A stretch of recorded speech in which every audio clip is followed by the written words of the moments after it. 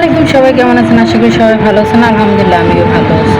তো এইখানে দেখতে পাচ্ছেন কচুরমুখী, আমাদের এইখানে বলে কচুরমুখী, আপনাদের এখানে কি বলে জানি না।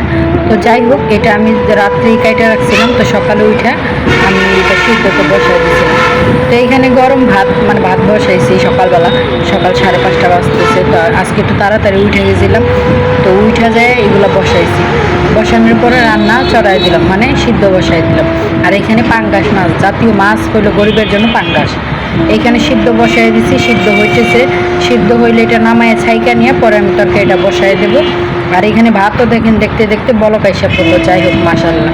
তো এইখানে আমি কি করলাম, তরকারি এগুলো নামাইয়া পরে পেঁয়াজ ভাইজা এই যে এখানে কষানির দিলাম, কষানির দিয়ে আমি হালকা পরিমাণে একটু জল দিয়ে দিলাম, মানে একটু পানি দিয়ে দিলাম। দেওয়ার পরে এটা ঢাইকা দিব যেন একটু ভালোভাবে সিদ্ধ হয়। সিদ্ধ হইলে তারপরে আমি ওই চুলে ভাত হইলে তারপরে ওইটা মাছ ভেজে আমি দিয়ে দেবো ওইখানে। তো যাই হোক, আপনাদের যদি আমার ব্লগটা যদি ভালো লাগে তাহলে অবশ্যই কমেন্ট করবেন, কমেন্ট করতে কেউ ভুলবেন না, ঠিক আছে?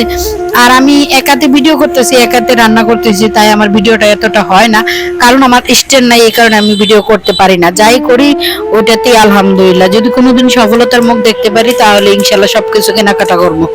তো এখানে ধনিয়া পাতা দিয়ে দিলাম, ধনিয়া পাতা দিলে তরকারির গ্রানটা এত সুন্দর আসছে যখন খাইছি, মাশাল্লাহ মাশাল্লাহ। তো এইখানে এই যে মাছের পিস একটা আর মানে পেটের খাড়ি এগুলা দিয়ে দিলাম।